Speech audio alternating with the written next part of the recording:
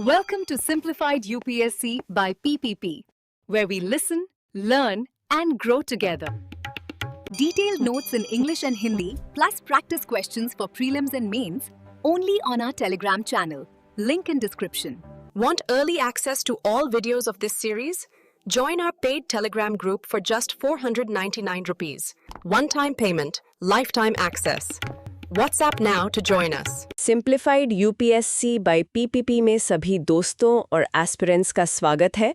आज हम इतिहास के एक ऐसे मोड़ पर गहराई से नजर डाल रहे हैं जिसने चीन का नक्शा हमेशा के लिए बदल दिया। हाँ, बिल्कुल। सोचिए, सदियों की उथल-पुथल के बाद कैसे एक अकेली फौलादी शक्ति ने बिखरे हुए राज्यों को एक साम्राज्य में बदल दिया। बिल्कुल।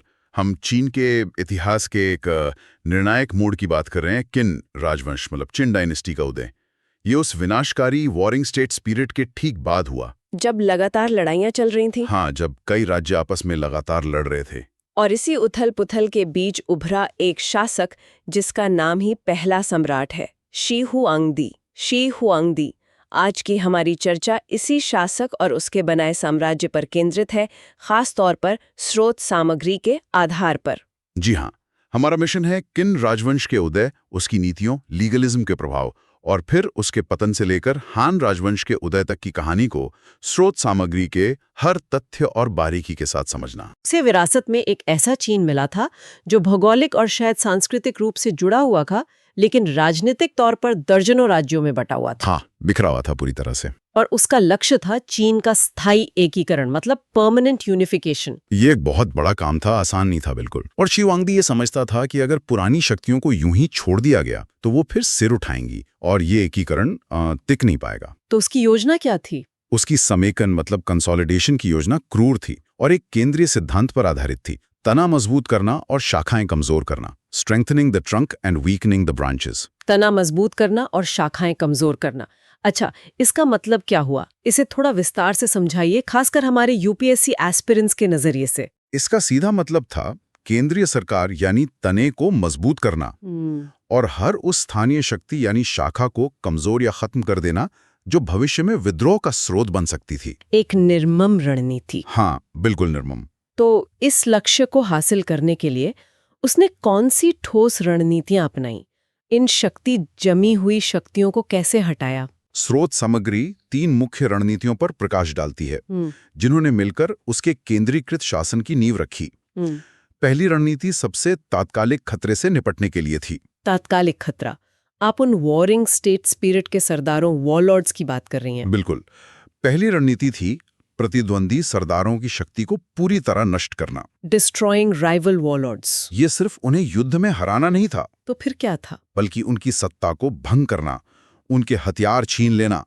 मकसद ये सुनिश्चित करना था कि असली सैन्य शक्ति सिर्फ और सिर्फ केंद्र सरकार के पास रहे। यानी स्थानीय ताकतवर लोगों के दांत ही निकाल लिए। अच्छा, इससे बंटवारे का एक बड़ा कारण तो खत्म हुआ, लेकिन सत्ता सिर्फ सेना से तो नहीं चलती।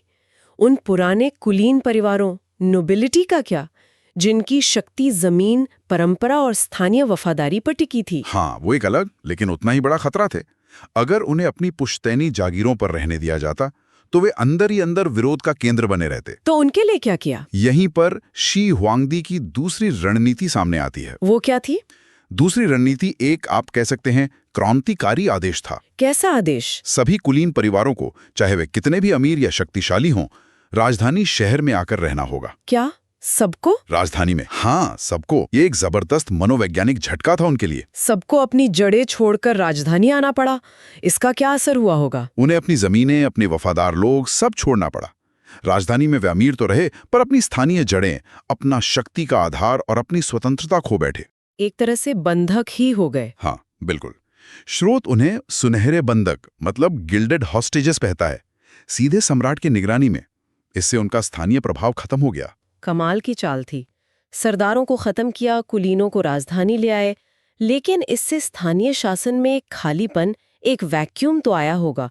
पुराने सामंती तरीके खत्म होने के बाद रोजमर्रा का शासन कैसे चला? सही सवाल। यहीं पर तीसरी और शायद सबसे स्थायी रणनीति आती है, प्रशासनिक पुनर्गठन मतलब एडमिनिस्ट्रेटिव रिस्ट्रक्चरिंग। अच्छा, शी वांगदी ने पुरानी स्थानीय वंशानुगत शक्ति, इनहेरिटेड पावर की व्यवस्था को खत्म कर दिया और एक नई केंद्रीय रूप से नियंत्रित प्रणाली लागू की। वो नई प्रणाली कैसी थी, क्या खास था उसमें? उसने पूरे साम्राज्य को 36 प्रशासनिक जिले मतलब एडमिनिस्ट्रेटिव डिस्ट्रिक्ट्स में बांट दिया। ये पूर्ण नियंत्रण की कुंजी थी। और इन जिलों को चलाता कौन था? इन जिलों का संचालन स्थानीय शासकों द्वारा नहीं बल्कि केंद्र द्वारा नियुक्त किन अधिकारियों, ऑफिशियल्स या कह लें ब्यूरोक्रेट्स द्वारा किया जाता था। और ये अधिकारी किसके प्रति वफादार थे, स्थानीय लोगों के प्रति या? नहीं, केवल सम्राट के प्रति। उनका पद किसी स्थानीय परिवार या परंपरा पर नहीं बल्कि सम्राट की इच्छा पर निर्भर था। तो सत्ता का प्रवाह सीधा ऊपर से नीचे। बिल्कुल। सम्राट से अधिकारी, अधिकारी से लोग, एक स्पष्ट पूर्वानुमेय आज्ञाकारी मार्ग। वंशानुगत शासन, हेरिडिटरी रूल की जगह एक प्रबंधित नौकरशाही, मैनेज्ड ब्यूरोक्रेसी ने ले ली। इसे शायद एक तरह की प्रोटो मेरिटोक्रेसी कह सकते हैं, मतलब योग्यता के आधार पर शुरुआत। हाँ, कह सकते हैं। हालांकि पूरी तरह विकसित नहीं थी, पर शुरुआत थी। ये प्रशासनिक संरचना इतनी प्रभावित थी कि बाद के राजवंशों ने भी इसे अपनाया। ये प्रशासनिक इतिहास का एक बड़ा मोड़ है, निसंदेह। तो इस तरह उसने भौतिक रूप से सत्ता को केंद्रित कर लिया। लेकिन किनशासन अपनी क्रूरता के लिए भी जाना जाता है। ये सिर्फ व्यवहारिक राजनीति, प्रैक्टिकल पॉलिटिक्स नहीं थी, इसके पीछे कोई विचारधारा, कोई फिलॉसफी भी थी। हाँ, बिल्कुल। इस क्रूरता और असीमित शक्ति के पीछे का बौद्धिक इंजन था लीगलिज्म, यानी कानूनवाद। लीगलिज्म? हाँ। स्रोत में इसके मुख्य वास्तुकार के तौर पर लीजू नामक कानूनवादी दार्शनिक का उल्लेख है। लीसू। तो ये लीगलिज्म के मूल विचार क्या थे? इसने शासन को इतना दमनकारी, इतना रिप्रेसिव क्यों बना दिया? देखिए, लीगलिज्म अत्यधिक व्यवहारिक मतलब प्रैग्मैटिक था। इसका मानना था कि मानव स्वभाव अविश्वसनीय और स्वार्थी है। अच्छा, तो फिर? इसलिए व्यवस्था परंपरा, नैतिकता या कन्फ्यूशियस की तरह परोपकारिता, बेनेवलेंस से नहीं आ सकती। तो फिर व्यवस्था कैसे आएगी अगर इंसान पे भरोसा नहीं, नैतिकता पर नहीं? लीगलिज्म के अनुसार व्यवस्था केवल दो चीजों पर निर्भर करती है। एक अत्यंत कुशल शक्तिशाली राज्य, एक सुपर एफिशिएंट पावरफुल स्टेट। और दूसरा कानूनों का एक सख्त व्यापक समूह, strict comprehensive set of laws, जिन्हें बिना किसी नरमी के लागू किया जाए। कानून सर्वोच्च थे और उन्हें लागू करने के लिए राज्य की शक्ति असीमित, अनलिमिटेड थी। इसका मतलब अगर लोग स्वार्थी हैं तो कोई भी वैकल्पिक विचार प्रणाली जैसे कन्फ्यूशियसवाद, वो तो राज्य की पूर्ण सत्ता के लिए सीधा खतरा बन गई। प्रिसाइजली, बिल्कुल सही पकड़ा आपने। इसीलिए लीगलिज्म के तहत असहमति को दबाना और विचारों को नियंत्रित करना अनिवार्य था। बौद्धिक स्वतंत्रता, इंटेलेक्चुअल फ्रीडम का कोई स्थान नहीं था। और इसी सोच का नतीजा थी वो कुख्यात नीति जिसके बारे में सबने सुना है। हाँ, किताबों को जलाना, बर्निंग द बुक्स। उसका लक्ष्य क्या था? सिर्फ किताबें जलाना या कुछ और? लक्ष्य था इतिहास, दर्शन और ऐसी हर किताब को नष्ट करना जिसे खतरनाक या विध्वंसक, सबवर्सिव माना जाता था। खासकर वो जो स्वतंत्र सोच को बढ़ावा देती थीं या वॉरिंग स्टेट्स पीरियड के अच्छे पुराने दिनों का गुणगान करती थी। तो ये सिर्फ सेंसरशिप नहीं थी? नहीं, ये उससे कहीं ज्यादा था। ये इतिहास को मिटाने और सबको एक ही वैचारिक सांचे में ढालने की कोशिश थी। लेकिन बात सिर्फ किताबों तक ही सीमित नहीं रही, है ना? नहीं, जल्दी ये उन लोगों पर हमले तक पहुंच गई जो इन विचारों को रखते थे। इसका सबसे भयानक उदाहरण था कन्फ्यूशियस विद्वानों की हत्या, मर्डर ऑफ कन्फ्यूशियन स्कॉलर्स। विद्वानों की हत्या क्यों? शी हुआंगदी ने ये उदाहरण स्थापित करने के लिए किया, एक डर बैठाने के लिए। लेकिन कन्फ्यूशियस विद्वानों से क्या खतरा था? वो तो नैतिकता, परंपरा की बात करते थे। वही तो खतरा था। कन्फ्यूशियस आदर्श जैसे परंपरा का सम्मान, नैतिक पदानुक्रम, पारिवारिक वफादारी, ये सीधे तौर पर लीगलिस्ट विचारधारा और सम्राट की पूर्ण निरंकुश शक्ति, एब्सोल्यूट ऑटोक्रेटिक पावर को चुनौती देते थे। अच्छा। इन विद्वानों को मारकर शी हुआंगदी किसी भी प्रतिस्पर्धी व्यवस्था को जड़ से उखाड़ फेंकना चाहता था। ये वैचारिक शुद्धता के लिए राज्य हिंसा का क्रूरतम रूप था। तो क्षेत्र एकीकृत, कुलीन वर्ग निष्क्रिय, नौकरशाही केंद्रीकृत और विचारधारा लोहे के हाथ से लागू, इस तरह की सरकार का क्या नाम है जिसने आने वाली सदियों के लिए चीन का खाका तैयार किया?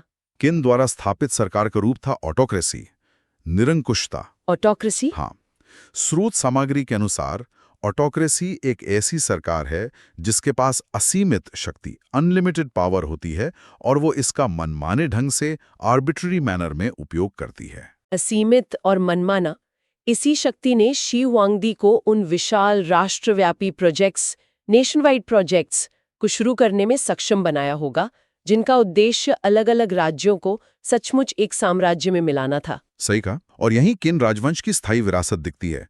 भले ही वो खुद ज्यादा नहीं चला, ये केंद्रीकरण और मानीकरण की नीतियां थीं, सेंट्रलाइजेशन एंड स्टैंडर्डाइजेशन पॉलिसीज। हाँ, इन्होंने ही एक एकजुट चीनी सभ्यता की व्यावहारिक वास्तविकता, प्रैक्टिकल रियलिटी बनाई। इन नीतियों में सबसे पहले क्या आता है? शायद इंफ्रास्ट्रक्चर, सड़कें वगैरह। निश्चित रूप से शी हुआंगदी ने एक विशाल राजमार्ग नेटवर्क बनवाया, एक वास्ट हाईवे नेटवर्क, कितना विशाल? 4000 मील से भी ज्यादा लंबा। 3री शताब्दी ईसा पूर्व में ये सोचना भी मुश्किल है। ये दूरी लगभग लिस्बन से मॉस्को जितनी है। बाप रे, 4000 मील? इसका महत्व क्या था उस समय? अरे बहुत महत्व था। ये सड़कें सैनिकों को तेजी से भेजने, स्थानीय विद्रोहों को दबाने, अधिकारियों की यात्रा, संचार और संसाधनों को कुशलतापूर्वक लाने ले जाने के लिए महत्वपूर्ण थीं। ये किसी भी साम्राज्य की छिपी ही बुनियाद होती हैं, द हिडन बेडरॉक। सड़कें तो बन गईं, लेकिन व्यापार और प्रशासन के लिए सिर्फ सड़कें काफी नहीं होती, नियम भी तो एक जैसे होने चाहिए। बिल्कुल, यहीं पर मानकीकरण उपाय, स्टैंडर्डाइजेशन मेजर्स आते हैं। इन्होंने अर्थव्यवस्था और संस्कृति दोनों को छुआ। जैसे? सबसे पहले उसने लेखन, राइटिंग के लिए एक समान मानक लिपि लागू की, सिंगल स्टैंडर्ड स्क्रिप्ट। किनसे पहले हर राज्य की अपनी अलग लिपि थी। हाँ, ये तो बड़ी समस्या रही होगी। तो एक लिपि होने से क्या बदला? इससे शाही आदेश, सरकारी रिकॉर्ड, व्यापार अनुबंध, सब कुछ पूरे साम्राज्य में समझा जा सकता था, चाहे स्थानीय बोली कोई भी हो। ये एक तरह का सांस्कृतिक गोंद बन गया, अ कल्चरल ग्लू। सांस्कृतिक गोंद, ये अच्छी उपमा है। लेखन के अलावा और क्या मानकीकृत किया गया? कानून, लॉ। पहले हर राज्य के अपने कानून थे, अब पूरे साम्राज्य के लिए एक समान कानून व्यवस्था लागू की गई। सख्ती से? हाँ, सख्ती से, लेकिन केंद्रीय रूप से सभी 36 जिलों में। ये लीगलिज्म का मूल विचार था, पूर्वानुमेय सार्वभौमिक कानून। और अर्थव्यवस्था? वहां भी तो भिन्नता रही होगी पहले। बहुत ज्यादा। अलग अलग सिक्के चलते थे, वजन और माप के अलग अलग तरीके थे। सोचिए कितना मुश्किल होता होगा व्यापार करना। हाँ, बिल्कुल। इसलिए शी हुआंगदी ने मुद्रा, करेंसी के लिए समान मानक तय किए, पूरे साम्राज्य के लिए एक सिक्का। साथ ही वजन और माप, वेट्स एंड मेजर्स के लिए भी समान मानक लागू किए गए। इसका सीधा असर व्यापार और कर वसूली पे पड़ा होगा, है ना? बिल्कुल। व्यापार आसान हो गया, बड़े पैमाने पर लंबी दूरी का वाणिज्य संभव हुआ और सरकार के लिए कर वसूलना, चाहे वो अनाज हो या कपड़ा, बहुत विश्वसनीय और आसान हो गया। मानकीकरण ने सभी आर्थिक गतिविधियों को सुव्यवस्थित कर दिया, स्ट्रीमलाइन कर दिया। और इन सब चीजों को चलाने के लिए सेना, प्रशासन, मजदूर, भोजन की जरूरत तो पड़ती होगी। हाँ, जाहिर है। इसीलिए एक और महत्वपूर्ण नीति थी कृषि उत्पादन, फार्म प्रोडक्शन को बढ़ाना। उसके लिए क्या किया? इसके लिए बड़े पैमाने पर सिंचाई परियोजनाएं, लार्ज स्केल इरिगेशन प्रोजेक्ट्स शुरू की गईं। इससे न सिर्फ विशाल आबादी का पेट भरा, बल्कि उन लाखों मजदूरों को भी बनाए रखा जो अन्य बड़ी परियोजनाओं पर काम कर रहे थे। और इसने साम्राज्य को स्थिरता भी दी होगी। हाँ, आर्थिक स्थिरता दी और स्थानीय अकाल, फैमिन्स के खतरे को कम किया, जो अक्सर विद्रोह का कारण बन जाते थे। तो इन सभी मानकीकरण नीतियों, सड़कें, लिपि, कानून, मुद्रा, माप, कृषि का कुल मिलाकर क्या प्रभाव पड़ा? ये इतने महत्वपूर्ण क्यों है आज भी? बड़ा निष्कर्ष, अ बिग टेक अवे, ये है कि इन समान मानकों ने चीन की अर्थव्यवस्था और संस्कृति को प्रभावी ढंग से और स्थायी रूप से एकीकृत किया। स्थायी रूप से? हाँ, किन राजवंश भले ही छोटा रहा, लेकिन उसने वो संरचना, स्ट्रक्चर, वो ढांचा, फ्रेमवर्क और सरकार की वो आम भाषा बनाई जो बाद के राजवंशों को विरासत में मिली। ये चीनी शाही राज्य का वो आवश्यक खाका, एसेंशियल ब्लूप्रिंट था जो हजारों साल तक चला। तो शी हुआंगदी अंदरूनी तौर पर चीन को एक करने पर केंद्रित था, लेकिन सम्राटों को बाहरी खतरों का भी सामना करना पड़ता है। वो कौन सा बड़ा बाहरी खतरा था जिसके कारण उसकी शायद सबसे प्रसिद्ध परियोजना बनी, जिसके बारे में हम सब जानते हैं? हाँ, आप ग्रेट वॉल की बात कर रही हैं। जी। उत्तर से एक बड़ा और लगातार खतरा था शक्तिशाली खानाबदोश समूह, नोमैडिक ग्रुप्स। स्रोत विशेष रूप से जियोंगनू खानाबदोशों, सियोंगनू नोमैड्स का उल्लेख करता है। ये घोड़े पर सवार बेहद गतिशील समूह थे। जियोंगनू, ये बसे हुए कृषि समाज के लिए एक बड़ी चुनौती रहे होंगे उस वक्त। बिल्कुल। उनके लगातार होने वाले छापे उत्तरी सीमाओं पर जीवन और अर्थव्यवस्था के लिए एक बड़ी समस्या थे। शी हुआंगदी का समाधान हमेशा की तरह भव्य और क्रूर था। चीन की महान दीवार, ग्रेट वॉल ऑफ चाइना का निर्माण। लेकिन क्या उसने ये दीवार बिल्कुल नए सिरे से बनाई, शून्य से? नहीं, ये समझना जरूरी है, ये प्रक्रिया समेकन की थी, कंसोलिडेशन की। उसने पहले के राज्यों द्वारा बनाई गई दीवारों को जोड़कर शुरुआत की, लिंकिंग अर्लियर वॉल्स। अच्छा, पहले से थीं कुछ दीवारें? हाँ, वॉरिंग स्टेट्स पीरियड में अलग अलग राज्यों ने अपनी सुरक्षा के लिए दीवारें बनाई थी। शी हुआंगदी ने इन टुकड़ों को जोड़ा और उन्हें एक एकल विशाल एकीकृत शाही अवरोध, यूनिफाइड इंपीरियल बैरियर में बदल दिया। इसका मकसद क्या था? सिर्फ रोकना? मकसद था कृषि साम्राज्य की सीमा को खानाबदोश स्टेपी, नोमैडिक स्टेप से स्पष्ट रूप से अलग करना, एक तरह से सीमांकन। और इस विशाल परियोजना की मानवीय कीमत क्या थी? Human cost? बहुत भारी, बहुत ही भारी। निर्माण पूरी तरह से जबरन श्रम पर निर्भर था, फोर्स्ड लेबर। जबरन श्रम? हाँ, स्रोत के अनुसार सैकड़ों हजारों किसानों को, hundreds of thousands of pageants को जबरन मजदूर बनाया गया। बेचारे किसान। उन्हें खेतों से खींचकर दूर सीमा पर ले जाया गया और कठोर परिस्थितियों में काम करने को मजबूर किया गया। मृत्यु दर बहुत ज्यादा थी। इन कठोर श्रम कोटाज, हार्श लेबर कोटाज ने आम लोगों में जबरदस्त नाराजगी पैदा की और सम्राट के प्रति नफरत को बढ़ाया। चलिए, ग्रेट वॉल पर थोड़ा और गहराई से बात करते हैं, खासकर यूपीएससी फोकस के लिए। इसका प्राथमिक लक्ष्य क्या था और ये बनी कैसे थी? सामग्री क्या थी? प्राथमिक लक्ष्य तो रक्षा, डिफेंस ही था। उत्तरी खानाबदोशों के हमलों को हतोत्साहित करना, डिस्करेज अटैक्स। पर यह कोई अभेद्य दीवार नहीं थी जैसा फिल्मों में दिखाते हैं। ये एक सीमा चिन्हक, बाउंड्री मार्कर भी थी और शाही पहुंच का प्रतीक भी। तो ये हमले रोकती कैसे थी? इसने हमलावर घुड़सवार सेना को धीमा करने और किन सेनाओं को प्रतिक्रिया देने के लिए ज्यादा समय देने में मदद की। एक तरह का स्पीड ब्रेकर। और निर्माण सामग्री किस चीज से बनी थी? वो स्थानीय रूप से उपलब्ध सामग्री पर निर्भर करती थी। स्रोत में पत्थर, स्टोन और कॉम्पैक्ट की गई मिट्टी, टैम्प्ड अर्थ का उल्लेख है। टैम्प्ड अर्थ वो क्या होता है? कॉम्पैक्ट की गई मिट्टी का मतलब है लकड़ी के फ्रेम के अंदर मिट्टी की परतों को कस के दबाना। पश्चिमी हिस्सों में अक्सर इसी का इस्तेमाल हुआ, जबकि पहाड़ी इलाकों में पत्थर का जो मिला उससे बना दिया। और किन द्वारा बनाई गई दीवार की लंबाई कितनी थी अंदाजन? सटीक आंकड़ा देना मुश्किल है क्योंकि बाद में बहुत बदलाव हुए, लेकिन स्रोत इस बात पर जोर देता है कि किन के प्रयास ने पुरानी दीवारों को जोड़कर और नए हिस्से बनाकर हजारों मील, थाउजेंड्स ऑफ माइल्स लंबी एक रक्षात्मक रेखा तैयार की। हजारों मील? हाँ, एक अकेली शाही सत्ता के तहत इतना बड़ा निर्माण अभूतपूर्व था, अनप्रेसिडेंटेड था उस समय के लिए। यहाँ एक आम गलतफहमी दूर करना जरूरी है शायद। आज हम जिस ग्रेट वॉल को देखते हैं, जो पर्यटन का बड़ा केंद्र है, वो ज्यादातर किन द्वारा बनाई गई दीवार नहीं है। हाँ, ये समझना बहुत जरूरी है। आज की प्रतिष्ठित संरचना, आइकॉनिक स्ट्रक्चर, काफी हद तक बाद के राजवंशों, खासकर मिंग राजवंश, मिंग डायनेस्टी द्वारा बनाई और विस्तारित की गई थी। मिंग ने अलग क्या किया? मिंग ने ईंट और पत्थर जैसी ज्यादा टिकाऊ सामग्री का इस्तेमाल किया और बड़े पैमाने पर पुनर्निर्माण किया। तो किन ने क्या किया था? किन ने नींव रखी, पहली एकीकृत रेखा बनाई। उन्होंने खाका दिया, ब्लूप्रिंट दिया, अवधारणा दी, कॉन्सेप्ट दिया और पहला समेकित बचाव, कंसोलिडेटेड डिफेंस प्रदान किया। मिंग ने बाद में उस स्मारक का निर्माण किया जिसे हम आज पहचानते हैं। ठीक है, ये स्पष्ट हुआ। तो शी हुआंगदी ने एकीकरण, मानकीकरण, दीवार निर्माण जैसे इतने बड़े काम किए, लेकिन यहीं पर एक बड़ी ऐतिहासिक विडंबना, हिस्टोरिकल आयरनी भी है ना? बिल्कुल। किन राजवंश को 10,000 पीढ़ियों, 10,000 जनरेशन्स तक चलने के लिए बनाया गया था। 10,000 पीढ़ियां? हाँ, ऐसा वो सोचता था, लेकिन ये मुश्किल से 15 साल ही चला। दुखद रूप से अल्पकालिक, ट्रेजिकली शॉर्ट लिव्ड। और इसके विनाश के बीज उसी क्रूरता में छिपे थे जिससे इसे बनाया गया था। जो नीतियां सफल हुईं वही पतन का कारण बने। हाँ, बिल्कुल। शी हुआंगदी के अत्याचार, उसकी टिरैनी ने उसे गहरा अलोकप्रिय बना दिया था, डीपली अनपॉपुलर बना दिया था। किसानों, विद्वानों, पुराने कुलीन वर्ग सब में उसके प्रति भारी गुस्सा और नाराजगी, रिजेंटमेंट थी। स्रोत सामग्री पतन के 3 मुख्य कारण बताती है। पहला क्या था? उच्च कर, हाई टैक्सेस, एकीकरण, सैन्य अभियान, राजमार्ग, दीवार, प्रशासन, इन सब का खर्च आम किसानों से वसूला गया, जिससे वे गरीब हो गए। आर्थिक बोझ बहुत ज्यादा था। दूसरा कारण? दमनकारी सरकार, रिप्रेसिव गवर्नमेंट। वो लीगलिज्म का माहौल, निरंतर नियंत्रण, निगरानी, किताब जलाना, विचार पुलिस, शक्ति का मनमाना उपयोग, इसने भय का माहौल बनाया। कोई अपील नहीं, कोई नैतिकता नहीं, बस डर। और तीसरा, जिसका हमने पहले भी जिक्र किया, दीवार बनाते समय। कठोर श्रम कोटा, harsh labour quotas. Great Wall और सड़कों के निर्माण के लिए किसानों को जबरन, क्रूर और अक्सर जानलेवा श्रम में झोंका गया।